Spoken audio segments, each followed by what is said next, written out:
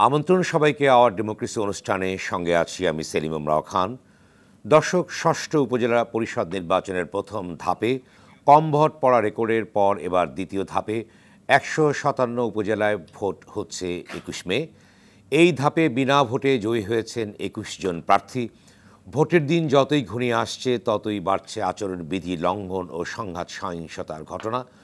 ভোটকে ঘিরে দলীয় দ্বন্দ্ব কোন্দল বাড়ছে আওয়ামী লীগের তৃণমূলে। প্রায় প্রতিটি উপজেলায় প্রার্থীদের ঘিরে দল ও সহযোগী সংগঠনের নেতাকর্মীদের মধ্যে তৈরি হয়েছে বিভক্তি।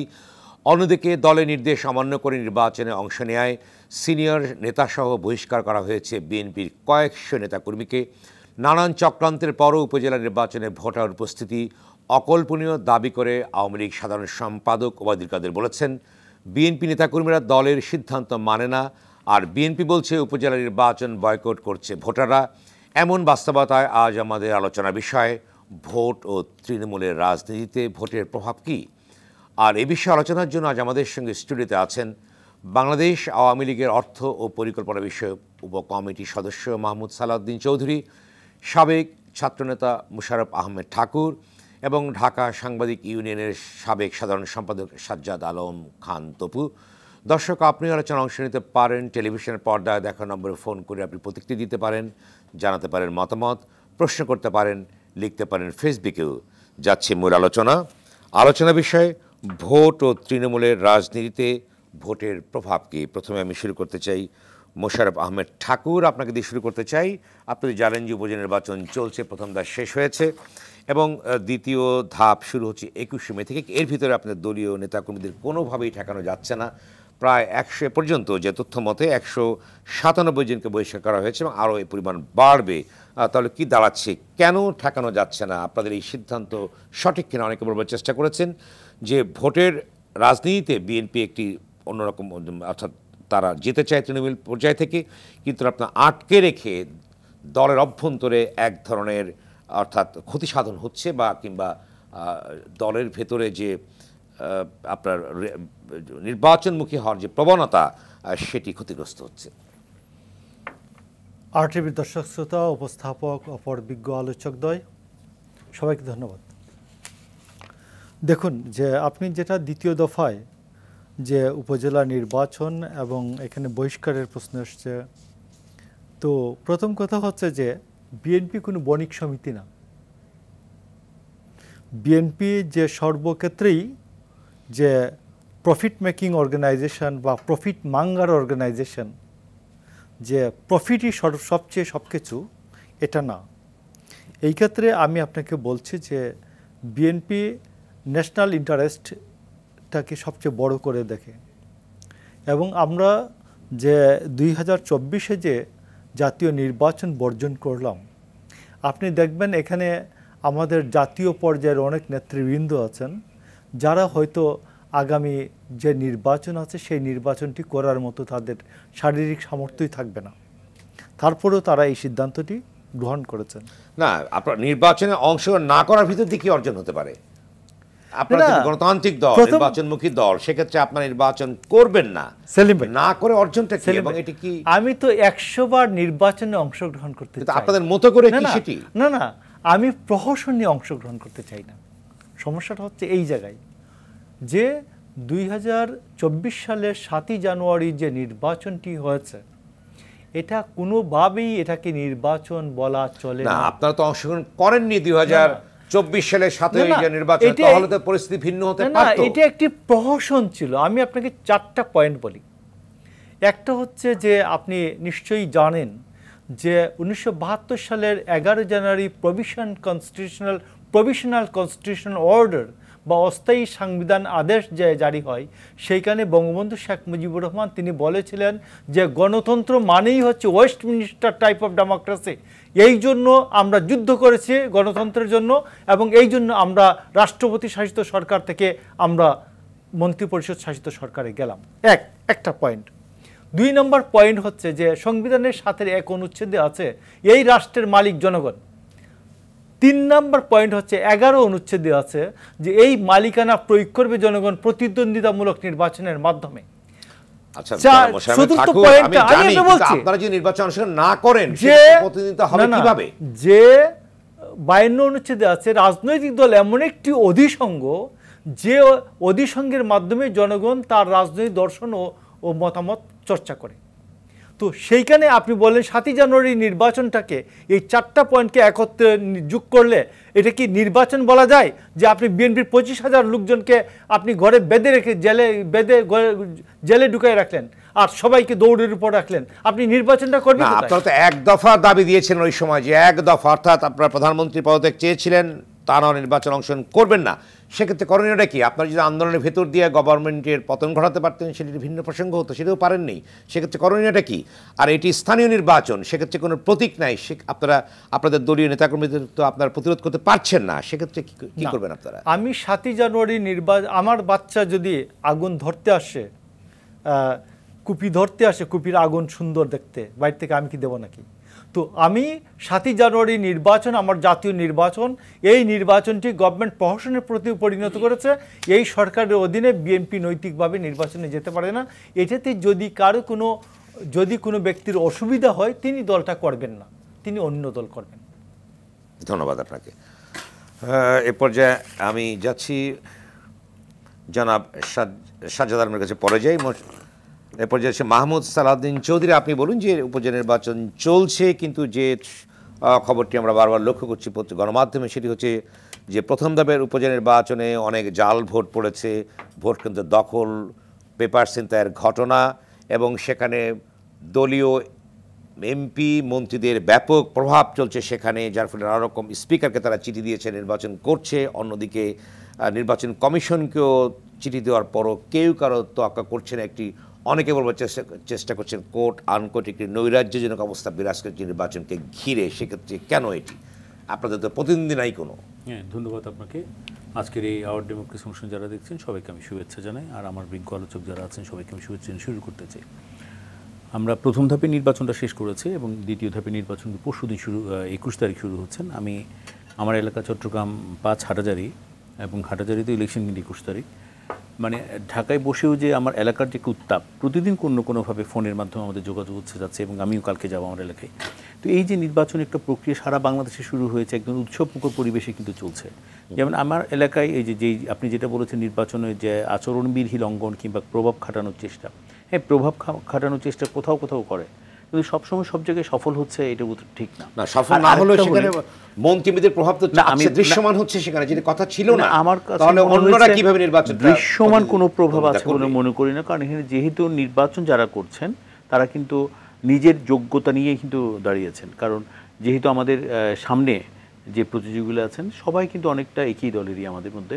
তো যখন প্রতিযোগিতা যেখানে হচ্ছে সেখানে কিন্তু সবাই যেহেতু কোনো না কোনোভাবেই এমপি কিংবা যিনি আছেন প্রভাবশালী যাদের কথা আমরা বলছি তাদের সাথে সম্পৃক্ত, তা আমার কাছে মনে হচ্ছে খুব কয়েকটা জায়গায় এই বিষয়টা উঠে এসেছে, কিন্তু সব জায়গায় কিন্তু মোটামুটিভাবে ফ্রি ফেয়ার এবং কোনো প্রভাবমুক্ত নির্বাচন হচ্ছে বলে আমি মনে করি। প্রথম ধাপে ভোট পড়েনি, অনেকে বলবে কাঙ্ক্ষিত ভোট মানে কি, আমি যদি বলি আমি একটু বলি বব ডিলানের একটা গান আছে, কতটা পথ পেরুলে তবে পথিক বলা যাবে। এটা তো কোনো ধরনের একটা মাইলস্টোন নির্ধারণ করা যাবে না যে এতটুকু হেঁটে গেলে ওটাকে প্রতীক বলা যাবে। কতটুকু ভোট পেলে ওটাকে আপনি গ্রহণযোগ্য বলবেন?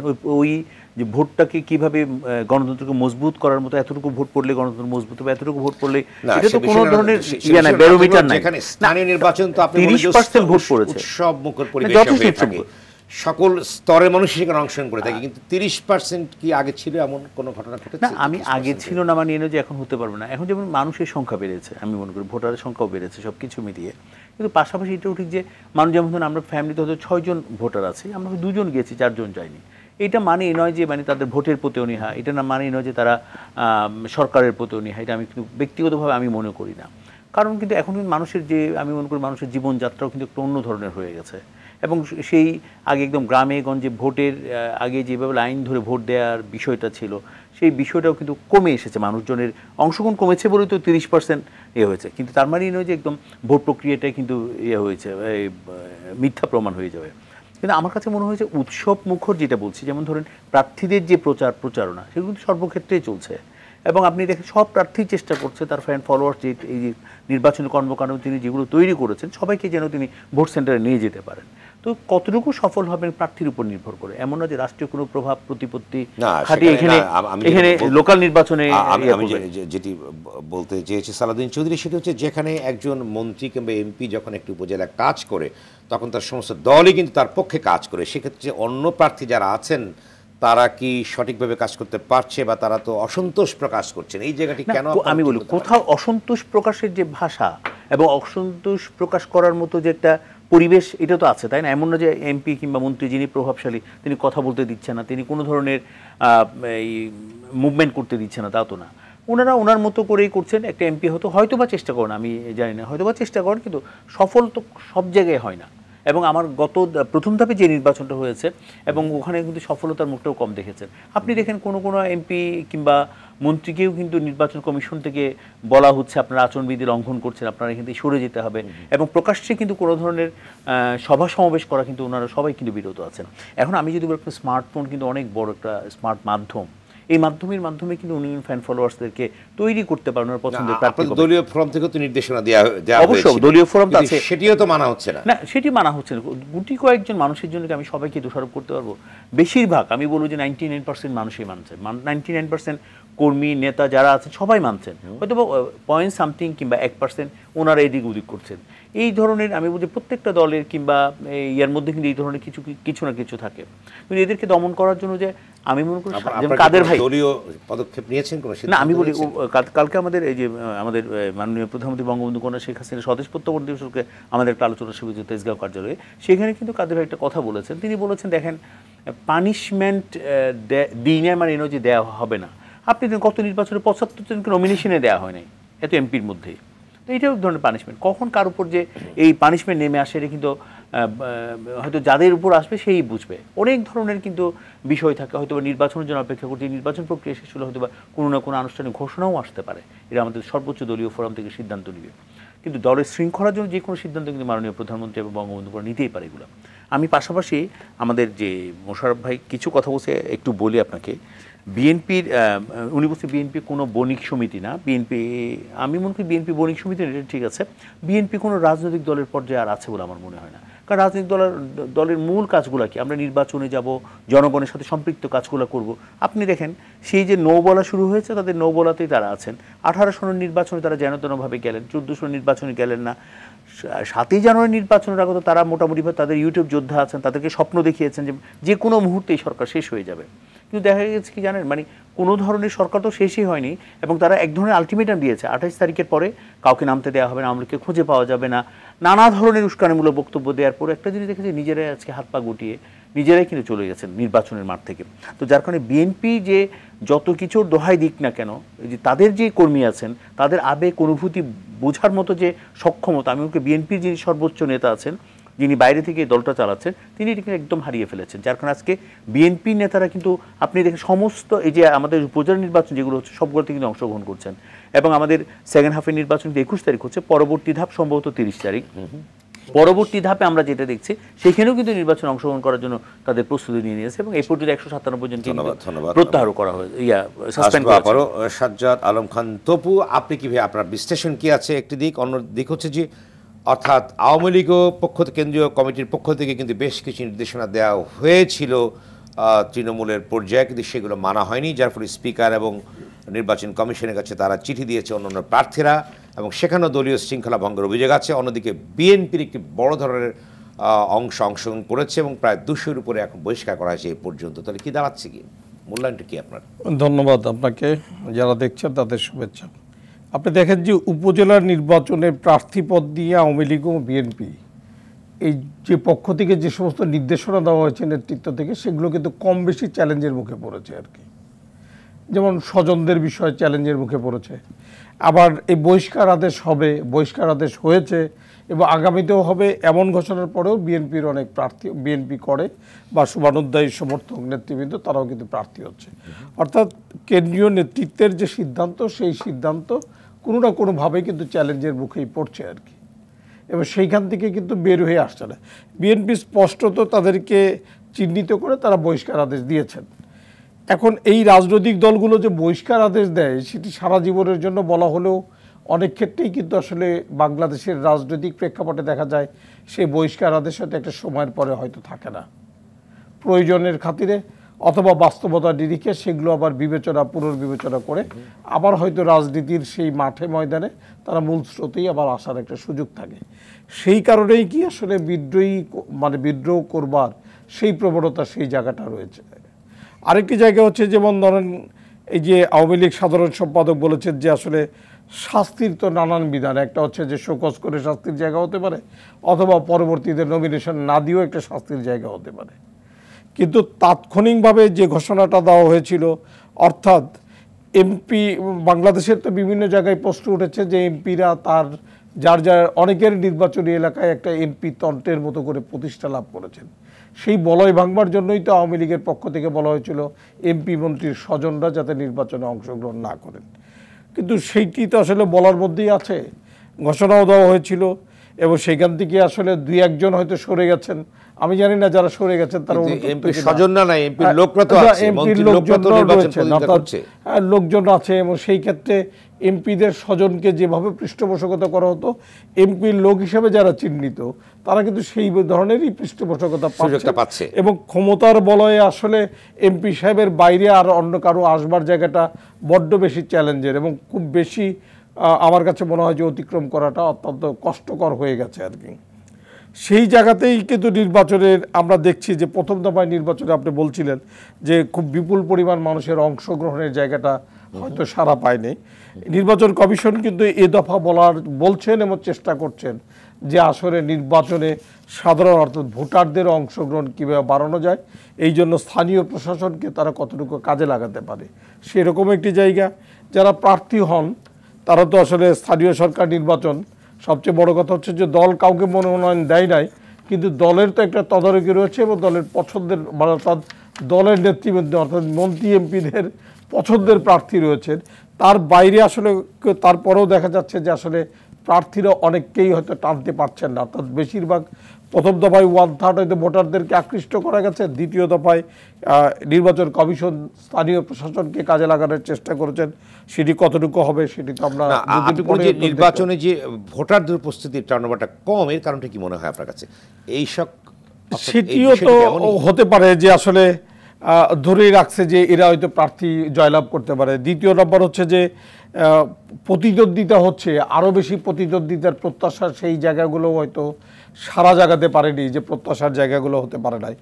আরেকটি জায়গা হতে পারে যে কেউ কেউ হয়তো মনে করে যে মন্ত্রী বা এমপিদের প্রার্থীরা স্থানীয় সরকার পর্যায়ে যদি নির্বাচিত হয়, কারণ স্থানীয় বেশ কিছু লোকের কিন্তু এই পারসেপশনটা কাজ করে যে উন্নয়নের ধারাটা সচল এবং সক্রিয় রাখা যেতে পারে। সেই হিসাবে হয়তো তারা মনে করে যে ঠিক আছে এমপি সাহেবের ব্লেসিং আছে। আপনি কি মনে করেন একজন স্থানীয় এমপির বাইরে একজন উপজেলা চেয়ারম্যান বিপক্ষে কাজ করবে, উন্নয়নকে ক্ষতিগ্রস্ত করে, এমনকি আমার কাছে মনে হয় সেটি না। আসলে দেখেন যে এই যে কয়েকদিন আগে 2-3 দিন আগে আমরা দেখলাম এনএসসির বৈঠকে সরকার কিন্তু একটি সিদ্ধান্ত নিয়েছে যে আর উপজেলা ভিত্তিক উন্নয়নের কিন্তু তৎপরতা থাকবে না। একটা জেলাকে বাস্তবতায় নিয়ে এসে তারা আসলে কর্মসূচি উদ্যোগ নিতে চায়, প্রকল্প নিতে চায় আর কি। সেই ক্ষেত্রে ধরেন যে এমপি সাহেবের সাথে উপজেলা চেয়ারম্যান ভিন্ন মতালম্বীর হতে পারে, অথবা নিজ দলের নৈকট্যে থাকতে পারে, অথবা বিপরীত জায়গাতেও থাকতে পারে। সেই উন্নয়ন অগ্রগতি কিন্তু আসলে ব্যাহত হওয়ার কোনো শঙ্কা এই মুহূর্তে নাই। এই যে 2 দিন আগেই তো এনএসসিতে সেই বার্তাটাই কিন্তু স্পষ্ট করা হয়েছে যে বাংলাদেশের উন্নয়ন পরিকল্পনা হবে জেলাকে ঘিরে। এখন তো অনেক জায়গায় আমরা দেখি যে উপজেলাকে ঘিরে আসলে হয় বা উপজেলায় প্রত্যেকটা উপজেলা কেন্দ্রিক সিদ্ধান্ত হয়, এখন কিন্তু সেই জায়গা থেকে সরে গেছে। সেইটি হয়তো আসলে একটু খুব বড় কারণ, সেটি আর এখন আমার কাছে মনে হয় না আর কি উন্নয়ন প্রকল্পের বা উন্নয়ন অগ্রগতির সেই জায়গাগুলোতে আসলে সেই রকম হয়তো হবে না। কোনো কালে কি ছিল এটি যে না, আমরা তো এর আগে দেখেছি যে আপনি এডিবির বাইরে গিয়ে কোন উপজেলা চেয়ারম্যানকে বা ইউনিয়ন পরিষদের চেয়ারম্যান প্রভাব বিস্তার করতে পেরেছে বা তার বিপক্ষে গিয়ে না, তার বিপক্ষে তো আসলে কাজ করাটা অনেক অংশে কঠিন, কারণ যতগুলো উন্নয়ন প্রকল্প এবং উন্নয়ন এজেন্ডা নিয়ে আলোচনা হয় এমপি কেন বা মন্ত্রী কেন তার মনের মতো প্রার্থীকে নির্বাচন করতে দিতে চাইবে, যে কথাটি উঠে যে কথাটি বলেছেন যে দল কি চাচ্ছে, আওয়ামী লীগের দলের প্রধান দল প্রধান বা নীতি দল তো কাউকে প্রতীক দেয়নি, কাউকে প্রতীক দেয় না, দল কাউকে মনোনয়ন দেয়নি।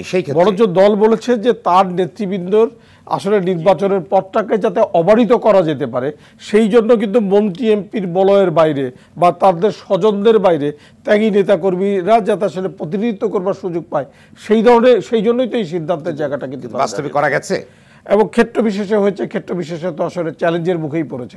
ধন্যবাদ। আচ্ছা, আমি একটু সংযুক্ত করতে চাই একটা বিষয় শুধু। ওই যে আপনি বলেছেন যেটা মানে এই মন্ত্রী এমপির বাইরে গিয়ে দলীয় বিশেষ করে উপজেলা চেয়ারম্যান, ইউনিয়ন পরিষদের চেয়ারম্যান কোনো কাজ করতে পারে কিনা, কিন্তু এখানে সরকারের যে নিয়ম অনুযায়ী বরাদ্দগুলো আছে সেগুলো এমপি সাহেবের মাধ্যমে আসে। তো যার কারণে একদম এমপি সাহেবের বাইরে গিয়ে কাজ করাটা খুবই কষ্টকর। তাহলে এমপি কেন তার মনোনীত প্রার্থীকে দিতে চায় কিংবা মন্ত্রী তার নিজস্ব লোককে দিতে চায়? এটা আমি এটাও এক ধরনের, আমি বলবো যে এটা এক ধরনের সংকীর্ণতা বলতে পারেন, এক ধরনের আমি বলবো যে এটা উচিত না।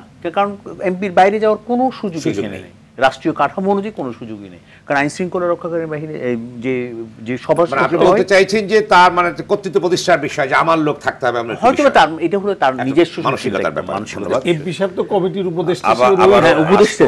সেই পর্যায়ে আমি আবারও যাচ্ছি জনাব মোশাররফ আহমেদ ঠাকুর, আপনার কাছে। আপনি বলুন যে আমি গত 5 বছরে 7 শতাধিক পদধারী নেতাকে বহিষ্কার করা হয়েছে আপনাদের দল থেকে, অর্থাৎ গ্রহণ করা হয়েছে 20 জনকে। অন্যদিকে গত 23 দিনে, আমি আবারও বলছি, গত 23 দিনে 204 জন নেতাকে প্রাথমিক সদস্য পদ সহ সর্বপর্যায় থেকে বহিষ্কার করা হয়েছে। তাহলে যদি এই হয় তৃণমূলের অবস্থা, তাহলে আপনাদের যে পরিকল্পনা আছে বৃহত্তর আন্দোলন গড়ে তোলার, নানা রকম যে পরিকল্পনা আছে, আসলে তৃণমূলেই যদি এই অবস্থাটা সৃষ্টি করেন আপনারা, তাহলে দল পরিচালনা করবেন কাদের দিয়ে?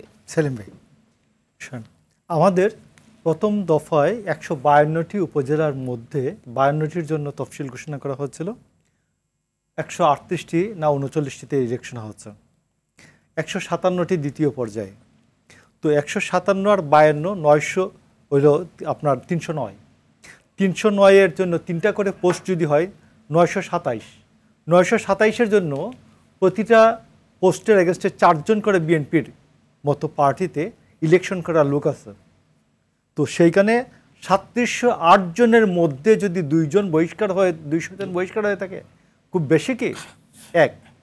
2 নম্বর হচ্ছে যে বিএনপি এই জায়গায় তো কোনো পর্যায়ে তো নেতা, এরা তো সাধারণ আমার সমর্থক না। না, আমি আপনাকে বলছি যে আমার 927টা পদে ইলেকশন করার জন্য 4 জন করে লোক আছে, তার মধ্যে 200 জনকে বহিষ্কার করা হয়েছে। এটা খুব বেশি। 200 জনের সঙ্গে তো অনেক লোক সম্পৃক্ত আছে। থাকুক, আমি আপনাকে বলছি যে যখন একটা লোক বহিষ্কার হয়ে যায়, আপনারা যে আন্দোলন গড়ে তুলতে চাইছেন, আজকে ওলি আহমদ বলেছেন যে প্রস্তুত হওয়ার জন্য, তাহলে এত নেতা যদি 700, আমি বলছি 5 বছরে এত নেতা যদি বহিষ্কার হয় এবং ইনঅ্যাক্টিভ হয়ে যায়, সেক্ষেত্রে আপনারা আন্দোলন করবেন কিভাবে? আপনার কি মনে হয় যে বিএনপির খুব সর্বোচ্চ পর্যায়ের যে কোনো একজন গ্রহণযোগ্য নেতাকে যদি কালকে পার্টির চেয়ারম্যান বহিষ্কার করেন, তার সাথে 10 জন লোক যাবে? আপনি কি মনে করেন বাস্তবতা হচ্ছে এই? তো বিএনপি আওয়ামী লীগে দল থেকে বহিষ্কার হলে তার সাথে কেউই যায় না। না, তাহলে বিষয়টা এমন দাঁড়াচ্ছে কিনা, ছোট প্রশ্ন, বিষয়টা এমন দাঁড়াচ্ছে কিনা, অর্থাৎ তৃণমূল আপনাদের সিদ্ধান্তগুলো হওয়ার কথা, ইন্টারপার্টি ডেমোক্রেসি যেটাকে বলা হয়, যে তৃণমূল থেকে শুরু করে উচ্চ পর্যায়ের সিদ্ধান্তের ভিত্তিতে, মতামতের ভিত্তিতে সিদ্ধান্ত হওয়ার কথা। তাহলে এত প্রার্থী যখন, নেতা যখন তৃণমূলের উপজেলা নির্বাচনে প্রতিদ্বন্দ্বিতা করতে চায়, সেক্ষেত্রে এর কি উপর থেকে চাপিয়ে দেওয়া হয়েছে কিনা, অর্থাৎ নির্বাচন করতে পারবেন না? আপনারা সেই মতামত দিয়েছিলেন আমরা তৃণমূলের? না, আমি আপনাকে বলি যে বিএনপির তৃণমূল পর্যায়ে যদি এইখানে দেখা যেত যে 3700-র মধ্যে 1800 জন বহিষ্কার হয়েছে, তো আপনি তো সংখ্যাগরিষ্ঠতার ভিত্তিতে সিদ্ধান্তটা গ্রহণ করেন। এইখানে 200 জন খুবই সংখ্যালঘিষ্ঠ একটা বিষয়। আরেকটা হচ্ছে যে বিএনপির দলীয় স্ট্যান্ড কি, বিএনপির আদর্শিক স্ট্যান্ড কি, সেইটা বড় বিষয়। আপনাকে আমি আরেকটা বিষয় বলি, যে আপনি যেটা দেখছেন যে আওয়ামী লীগ তো গভর্নমেন্টে আছে, সে গভর্নমেন্টের থেকে তার যে কমান্ড এস্টাবলিশ করতে পারেনি, এবং সেই ক্ষেত্রে প্রধানমন্ত্রী পরিবারের সংজ্ঞা চেঞ্জ করে ফেলতে হয়েছে, পরিবারের সংজ্ঞা। তো সেই ক্ষেত্রে আমি আপনাকে বলছি যে আজকে আওয়ামী লীগ যেটা বলে মন্ত্রী এমপিদের প্রভাব, এই জন্য মন্ত্রী এমপিদের আত্মীয় স্বজনরা ইলেকশন করবেন না। তো 7ই জানুয়ারি যে নির্বাচনে যে এই এমপি মন্ত্রীরা যে ইলেকশন করলেন পদে থেকে, তারা কি তখন প্রভাব বিস্তার করেন নাই? তাইলে বিএনপি যে দাবিটা করেছিল যে এই পার্লামেন্ট ভেঙে দিয়ে ইলেকশন করেন মিনিমাম, তো সেইটা সত্য প্রমাণিত হচ্ছে। আপনাকে আরেকটা জিনিস আপনাকে বলি যে 2009 সালে আমি দেখলাম, এখন গুগলে দেখলাম 2009 সালে আমাদের ভোটার উপস্থিতি ছিল এই উপজেলা নির্বাচনে 67.69%, 68%। তো এখন এটা 30%-এ নেমে আসে কেন? মানে লোকজন এই 36-এ নেমে আসছে, এই লোকজন যায় না, লোকজন ইলেকশনে এই অবস্থায়।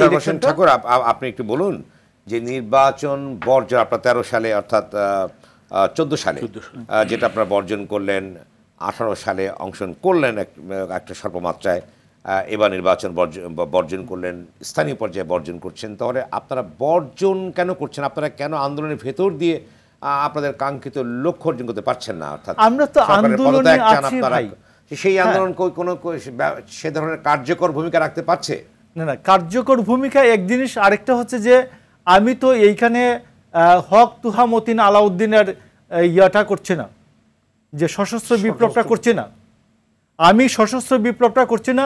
আওয়ামী লীগের ধারণা হচ্ছে এইরকম, আওয়ামী লীগ এটা বুঝাতে চায় যে তুমি যতক্ষণ পর্যন্ত আমাকে এই এরশাদের মতো কাউকে নিয়ে বা মইনু আহমেদের মতো কাউকে নিয়ে ধাক্কা দিয়ে নামাই না দিবা, ততক্ষণ পর্যন্ত আমি আছি, তুমি যত দাবি করো আমি তা শুনবো না। আপনারা 14-15 সালে তো ব্যাপক আন্দোলন করেছিলেন, যেখানে যেটা আওয়ামী লীগের ভাষায় কোট আনকোট অগ্নিসন্ত্রাস হয়েছিল, দেশ অচল হয়ে গেছে, আপনারা আন্দোলনটা করেছিলেন। আপনারা তখন কেন করেছিলেন? আমি আপনাকে এখন কেন করতে পারছেন? 1996 সালে বেগম খালেদা জিয়া যখন দেখেছেন, উনি তো প্রথম তত্ত্বাবধায়ক সরকারটা মানতে চান নাই, বাট যখন আওয়ামী লীগ যখন ব্যাপক আন্দোলন করছে, আওয়ামী লীগের সমর্থনে জাতীয় পার্টি গিয়েছে, জামাত গিয়েছে, সবাই গিয়েছে, বিএনপি ওই দাবিটা মেনে নিয়েছে। এটাই হচ্ছে ডেমোক্রেসির ডিসেন্সি, ডেমোক্রেসির সৌন্দর্য এবং ডেমোক্রেসির এসেন্স এটা। তো আওয়ামী লীগ সবাই যাওয়ার পরে 95% মানুষ এই নির্বাচন বর্জন করার পরেও আওয়ামী লীগ বলে যে না, নির্বাচন সংবিধানে লেখা নাই কত % মানুষ নির্বাচনে অংশগ্রহণ করতে হবে, সংবিধানে তো লেখা নাই আমি কি মোশাররফ আহমেদ ঠাকুর, অর্থাৎ নির্বাচনের যে পরিকল্পনা ফর্ম সেটা হতে হবে আপনাদের অর্থাৎ 21 দফা যে দফাগুলো দিয়েছেন তার মতো করে, তাহলে আপনি নির্বাচন অংশ নিতেন। আমি আসবো একটি বিরতির পরে। দর্শক, নিশ্চিত ছোট্ট বিরতি, সঙ্গেই থাকুন।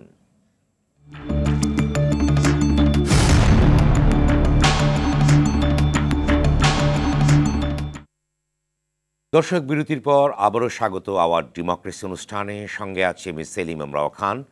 আলোচনার বিষয় তৃণমূলের রাজনীতিতে ভোটের প্রভাব কি। এই পর্যায়ে আমি যাচ্ছি মাহমুদ সালাউদ্দিন চৌধুরী, আপনি বলুন যে কী ধরনের প্রভাব বিস্তার করে যেভাবে স্থানীয় নির্বাচনটি হচ্ছে এবং আরও 3টি পর্যায়ে বাকি আছে, অর্থাৎ দ্বিতীয়টির পর আরও 2টি বাকি আছে, সেক্ষেত্রে কী প্রভাব হতে পারে, অর্থাৎ গণতন্ত্রের জন্য বা দলের জন্য কী ধরনের প্রভাব বিস্তার করতে পারে এগুলো, যে সমস্ত বিতর্কগুলো উত্থিত হয়েছে কিংবা আলোচনা হচ্ছে? না, অবশ্যই স্থানীয় সরকার নির্বাচন তো খুবই আকর্ষণীয় একটা নির্বাচন, বিশেষ করে তৃণমূল পর্যায়ে যারা রাজনীতি করেন তাদের জন্য। এবং আপনি দেখেন প্রত্যেকটা জায়গায় যে ইলেকশন করছেন, থানা আওয়ামী লীগের সভাপতি, হয়তোবা যুবলীগের সভাপতি আছেন, হয়তোবা অন্য কোনো সংগঠনের প্রেসিডেন্ট সেক্রেটারি, কিংবা কোনো একদম দল নিরপেক্ষ আমি ঠিক বলবো না, তো মনে করি দলের মধ্যে আমি অনেক বেশি পপুলার আছে, আমিও করবো, এই ধরনের কিন্তু অসংখ্য মানুষ নির্বাচন করছেন। কোনো কোনো জায়গায় 4-5জন প্রার্থী হয়ে এই নির্বাচনটাকে মোটামুটি জমিয়ে দিয়েছেন। একটা প্রভাব তো অবশ্যই আছে স্থানীয় সরকার নির্বাচনের মধ্যে, যে স্থানীয় যে প্রভাব, মানে বিশেষ করে লোকাল গভর্নমেন্ট চালানোর ক্ষেত্রে যে সমস্ত কাজগুলো করতে হয় এদের মাধ্যমে হয়। কেউ কেউ খুব সৎ উদ্দেশ্য নিয়ে কাজগুলো করে এবং তারা মনে করছে পিপলের কাছাকাছি যাওয়ার জন্য এটা একটা বিশাল একটা মাধ্যম। এটা ইউনিয়ন পরিষদের চেয়ারম্যান বলে, কেউ উপজেলা চেয়ারম্যান, কেউ জেলা পরিষদের চেয়ারম্যান বলে, তাদের যে একটা রাষ্ট্রীয় কাঠামোর মধ্যে যে কাজগুলো করতে হয় সেই কাজগুলো করেই কিন্তু মোটামুটিভাবে তারা জনগণের কাছে নিজের যোগ্যতার প্রমাণটা রাখতে চেষ্টা করেন। আমি মনে হয় আমার বিশেষ করে মোশাররফ ভাই অনেক কথা বলেছেন, কিছু কিছু কথার একটু জবাব দিই। তিনি যে আন্দোলনের কথাগুলো বলেছেন, যে আদর্শিক স্ট্যান্ডের কথা বলেছেন, আমি শুধু একটা কথা বলতে চাই, তৃণমূল পর্যায়ে যে রাজনীতিবিদদেরকে তারা যে তৈরি করেছেন, বিশেষ করে 7ই জানুয়ারি নির্বাচনের আগে সারা বাংলাদেশে তারা অসংখ্য প্রোগ্রাম করেছেন। আমরা দেখেছি ঢাকা, চট্টগ্রাম, রাজশাহী সমস্ত জায়গায় প্রত্যেকটা যে বিশাল বিশাল সমাবেশ করেছেন বিএনপি করে এবং তারা কিন্তু তাদের তৃণমূলের নেতাকর্মীদেরকে প্রস্তুত করেছিলেন নির্বাচনের জন্য। কিন্তু যেভাবে বিএনপি নির্বাচনে আর আসেননি, নির্বাচনে না আসার পরিপ্রেক্ষিতে কী হয়েছে, তাদের যে সুপ্ত বাসনা যে নির্বাচন করার যে বিষয়টা তাদের মধ্যে দাঁড়িয়ে গেছে, তারা মনে করছে আমরা যেহেতু তৈরি আছে, আমরা যেহেতু দীর্ঘদিন লড়াই সংগ্রাম আন্দোলন করেছে, হয়তো বা সফলতা তারা পাননি, কিন্তু তারা নির্বাচনে অংশগ্রহণ করবেন, যার কারণে তারা কেন্দ্রীয় কমান্ডের বাইরে গিয়েও কিন্তু তারা নির্বাচনগুলো করছেন আজকে। এবং আমার কাছে তো আমরা যেটা তথ্য পেলাম যে প্রায় 7 জন প্রার্থী কিন্তু জিতে এসেছেন, ইসলামী আন্দোলনেরও একজন জিতেছেন, এবং এমন না যে মানে তারা কেউ হেরে যাচ্ছেন, সবাই হেরে যাচ্ছেন তাও না, কেউ কেউ জিতেও কিন্তু এসে প্রমাণ করছেন তারা কিন্তু এলাকায় জনগণের কাছে যথেষ্ট। বিএনপি মূল্যায়ন এগুলো আপনাদের মূল্যায়ন আপনাদের অর্থাৎ দলীয় পর্যায়ে নির্বাচন হচ্ছে না, আপনাদের সভাপতি নির্বাচন করছে স্থানীয় পর্যায়ের এবং একাধিক প্রার্থী নির্বাচন করছে, কিন্তু তারা দলীয় প্রার্থী না। কিন্তু এই যে ডিভিশনটা লক্ষ্য করা যাচ্ছে, অর্থাৎ পক্ষ নিচ্ছে কোনো এমপি কিংবা মন্ত্রী, যার ফলে অন্যরা অসন্তোষ ক্ষুব্ধ হচ্ছে, এর ফলে দল ক্ষতিগ্রস্ত হবে কিনা তৃণমূল পর্যায় থেকে অনেকে বলবার চেষ্টা করেছেন। নির্বাচন চলাকালীন সময়ে যে কিছুটা দ্বন্দ্ব কিংবা অসন্তোষ থাকে, এটা কিন্তু চলমান প্রক্রিয়া আমি মনে করি। যেহেতু আমরা একজনের বিরুদ্ধে কথা বলছি, আমরা যেহেতু নির্বাচনের মাঠে প্রতিযোগিতা করছি, তো যার কারণে কিন্তু একটু দ্বন্দ্ব থাকেই। কিন্তু আওয়ামী লীগের সবচেয়ে বড় সৌন্দর্য হলো দিন শেষে, একদম সব শেষে কিন্তু আওয়ামী লীগ কিন্তু ঐক্যবদ্ধ হয়ে যেতে পারে।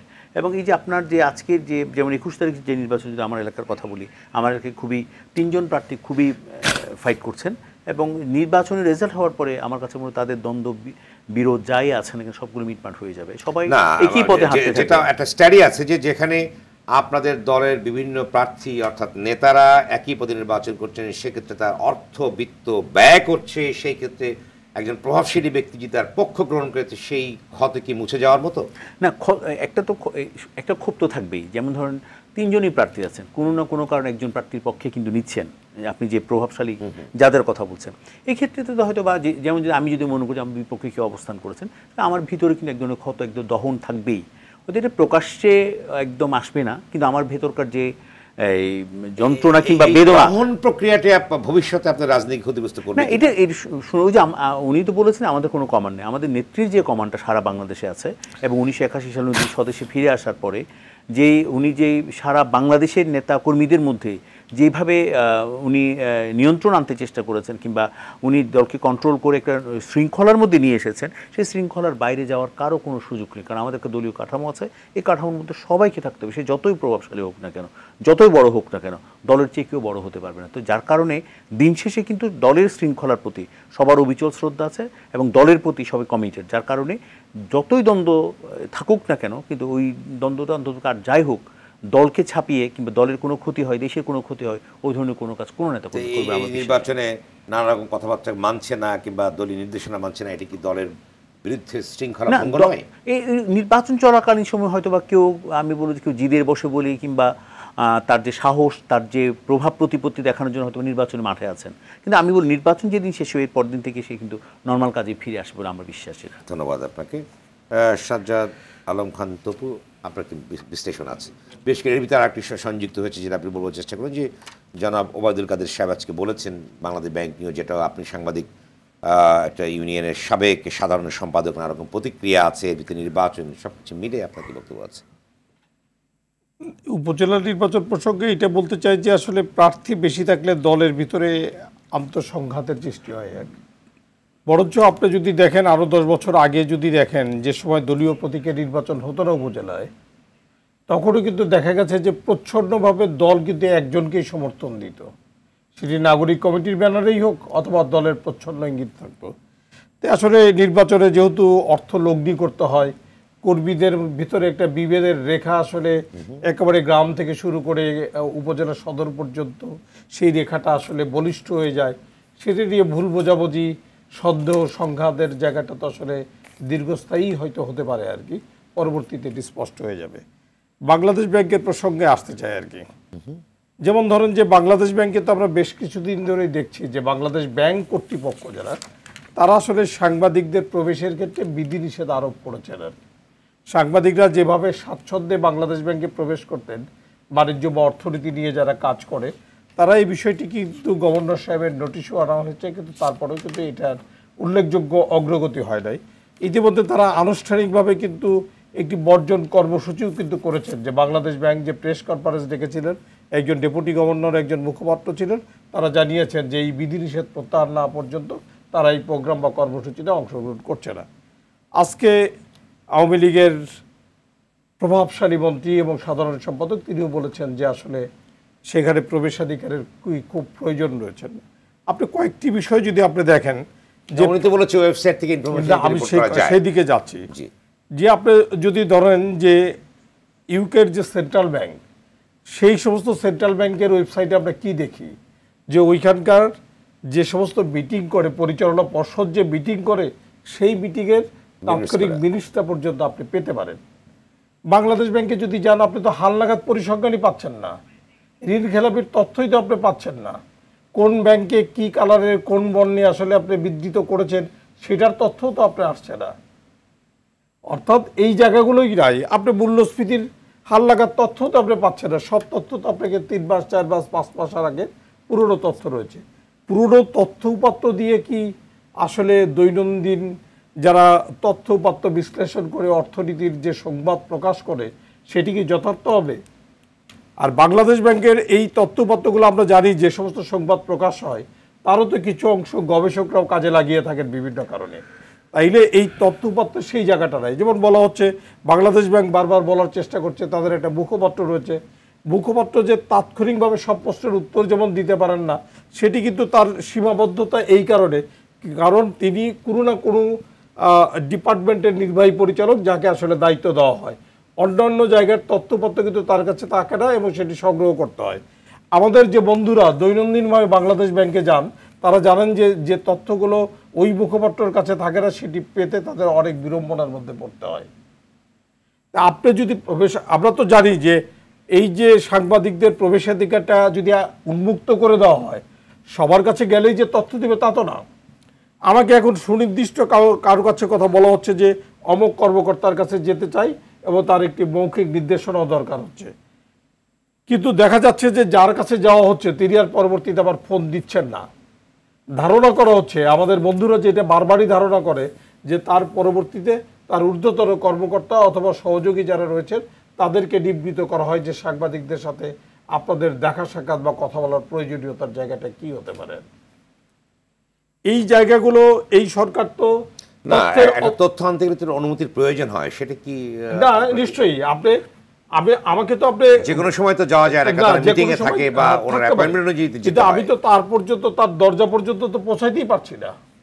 দরজা পর্যন্ত পৌঁছাতে হলে যে প্রাক অনুমতির কথা বলা হচ্ছে সেটি তো আসলে ভয়ঙ্কর আকার ধারণ করেছে এই কারণে, কারণ কোনো সাংবাদিক, অর্থাৎ আমি তো ব্যক্তির অনুমতি দিচ্ছি, আমাকে তো কোনো ফ্লোরেই আপনি যেতে দিচ্ছেন না। আর বাংলাদেশ ব্যাংকে এমন কি ঘটলো যে এতদিনে আসলে মানে তথ্যের প্রবাহটাকে হ্রাস মানে চরমভাবে টেনে ধরার কারণটা কি? যখন ব্যাংকের সুশাসন প্রশ্নবিদ্ধ হয়েছে, যখন বাংলাদেশ আওয়ামী লীগও মনে করে যে এই মূল্যস্ফীতির লাগাম টেনে ধরতে হবে, যেটার প্রধানতম কাজ হচ্ছে বাংলাদেশ ব্যাংকের, সেটি তো লাগাতারভাবে আমরা দেখছি যে আসলে সেই মূল্যস্ফীতির উচ্চ মূল্যস্ফীতির যে হার সেটি আসলে লাগাম টেনে ধরা যাচ্ছে না। সেই প্রশ্ন করবার অধিকারটাও কি আসলে সংকুচিত করা হচ্ছে? তথ্যের অবাধ প্রবাহ, এই যে বর্তমান যে তথ্য প্রতিমন্ত্রী তিনি তো বলছেন যে অপতথ্যের বিরুদ্ধে তিনি লড়াই করছেন, বিভ্রান্তিকর তথ্যের বিরুদ্ধে লড়াই করছেন। তার লড়াইটাকে যদি জয়যুক্ত করতে হয়, সেই লড়াইয়ের প্রধান অস্ত্রটা কি? তথ্যের অবাধ প্রবাহ, তথ্যপত্র সঠিকভাবে যথাসময়ে যাতে পাওয়া যায়, সরবরাহ যদি করা যায়, সেটাকেও যদি আপনি বাধাগ্রস্ত করতে যান তাহলে সেই যুদ্ধে জয়লাভ কেমন করে করবেন তথ্যমন্ত্রী মহোদয় হয়তো কোনো এক সময় ব্যাখ্যা দিবেন বা দেওয়ার চেষ্টা করবেন। একই সাথে আপনি যদি চিন্তা করেন যে বাংলাদেশের সার্বজনীন মঙ্গলের জন্য যতগুলো রাজনৈতিক সংগ্রাম হয়েছে সবগুলো সংগ্রামে বাংলাদেশের সাংবাদিক সমাজের অংশগ্রহণ ছিল, নৈতিক সমর্থনের জায়গাও তো ছিল। আপনি 1911 জাতীয় প্রেস ক্লাবের প্রবেশদ্বারে শহীদ সাংবাদিকদের নামই তো লেখা আছে। আপনি যদি এরশাদ বিরোধী আন্দোলনের চরম পর্যায়ে আপনারা তো অনেক সক্রিয় ছিলেন, আমরা ইতিহাস পড়ে জেনেছি যে শেষ মুহূর্তে সাংবাদিকদের একেবারে নিরন্তর প্রক্রিয়ায় ধর্মঘটও ছিল, যার পর মধ্য দিয়ে এরশাদের পতনও ঘটেছিল। যে সমস্ত রাজনীতিবিদদের সাথেই তো বাংলাদেশের সাংবাদিক সমাজের এক ধরনের সক্ষতা রয়েছে, তথ্যের অবাধ প্রবাহটা নিশ্চিত করবার জন্য দায়িত্ব তো ঐতিহাসিকভাবে রাজনৈতিক নেতৃত্বের। আমরা আস্থা রাখতে চাই যে এই রাজনৈতিক নেতৃত্বই তথ্যের অবাধ প্রবাহ নিশ্চিত করবে এবং বাংলাদেশ ব্যাংকে সাংবাদিক সমাজের প্রবেশাধিকারটা মানে উন্মুক্ত করে দিবে। ধন্যবাদ। মোশাররফ আহমেদ ঠাকুর, আপনি 1 মিনিটে বলুন। আমি বলি যে তপু ভাইকে রেফার করেই বলি, 2016 সালে আপনার নিশ্চয়ই মনে আছে যে বাংলাদেশ ব্যাংক থেকে আমাদের রিজার্ভে 840 কোটি টাকা চুরি হয়ে গেল। 24 দিন গভর্নমেন্ট এটা লুকিয়ে রেখেছিলেন এবং বিদেশি একটা পত্রিকায় নিউজ আসার পরে তারা স্বীকার করলেন হ্যাঁ 840 কোটি টাকা চুরি হয়েছে, রিজার্ভ চুরি হয়েছে। বাংলাদেশ ব্যাংকে এমন কি ঘটলো যে আজকে বাংলাদেশ ব্যাংক বিবৃতি দিয়ে বাংলাদেশ ব্যাংক বলতে হয় যে আমাদের এখান থেকে রিজার্ভ কোনো কিছু চুরি হয় নাই। তো আজকে আমি অবশ্যই বলবো যে ডেমোক্রেসি মিনিমাম যদি আপনি মিনিমাম স্বীকার করেন তাহলে তথ্যের অবাধ প্রবাহকে আপনি এটাকে বাধাগ্রস্ত করবেন না, অন্তত এটাকে মুক্ত করে দিন। ধন্যবাদ। আপনি বলুন। আসলে বাংলাদেশ সাংবাদিকদের যে বিষয়টা উঠে এসেছেন, আমি যেহেতু গণযোগাযোগ সাংবাদিকতা বিভাগের স্টুডেন্ট, আমার অনেক বন্ধু, বড় ভাই, ছোট ভাই আজকে বিভিন্ন মিডিয়া হাউসে লিডিং পর্যায়ে আছেন।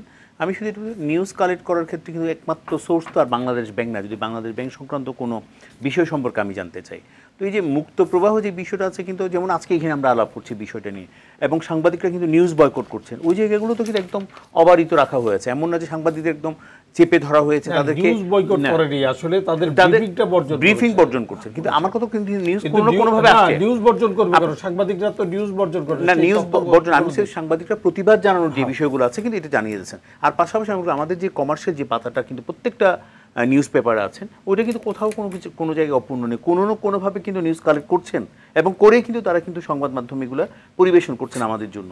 তো এই জিনিসগুলো কিন্তু একদম বন্ধ হয়ে গেছে, মানে একদম শেষ হয়ে গেছে, ঠিক না। আরো একটা কথা হলো, আমার কাছে মনে হয় বলেছেন যে কোনো এরকম বাধা নেই বলেছেন। এবং আরেকটা বলি, আমাদের অন্যতম আরেকটা মাধ্যম কিন্তু এখন ফেসবুকও যদি বলি আমি, এখানে কিন্তু নিউজগুলো চলে আসে, হয়তো সংবাদপত্র যেটা পরের দিন আসবে এর আগে কিন্তু আমরা জেনে যাই সবকিছু। যার কারণে তথ্যটা কি অসম্পাদিত মাধ্যম সংবাদপত্রের মর্যাদা পেতে পারে না। না, আমি বলছি না যেটা সংবাদপত্র মর্যাদা, আমি বলছি না পরের দিন যখন নিউজ পেপারগুলোতে এটা ভেরিফাই করে ছাপানো হয়, তখন তো আমরা বলি যে না, ফেসবুক যে একটা ইয়ে ছিল সেটা কিন্তু একদম খুব রটনা ছিল না। আর আমি বলি সমস্ত প্রোপাগান্ডার বিরুদ্ধে কিন্তু একটা যুদ্ধ, এই যে তথ্যমন্ত্রী মহোদয় যেটা বলেছেন সেটা কিন্তু সবসময় থাকবে এবং এখনো আমি মনে করি আছে বলে মনে করি। এবং সেই লড়াইটা তো সংবাদ মাধ্যমের কর্মীরাই করে, সাংবাদিকরাই করে, এবং সম্পাদিত সংবাদ মাধ্যমে যারা কাজ করে তারাই তো করে। আর আরেকটা জিনিস, মাননীয় প্রধানমন্ত্রী কিন্তু অবশ্যই আমি মনে করি সংবাদ মাধ্যমের অন্যতম একটা বন্ধু, তিনি কিন্তু সবসময় কিন্তু আমরা তো চাই যে, এবং তাকে যেভাবে প্রশ্ন করা হয়, উনি যেভাবে নিউজ পেশ করেন, উনি সবসময় তো করেনি আপনাদের সাথে এগুলো। ধন্যবাদ আপনাদের তিনজনকে আলোচনা অংশ নেবার জন্য। দর্শক, আওয়ার ডেমোক্রেসি আজ এখানেই শেষ করছি। জানিয়ে রাখছি, আওয়ার ডেমোক্রেসি অনুষ্ঠানটি শুক্র থেকে রবিবার রাত 11টা 20 মিনিটে সরাসরি সম্প্রচার হয়। দেখার আমন্ত্রণ রইল। সঙ্গে থাকবার জন্য ধন্যবাদ সবাইকে।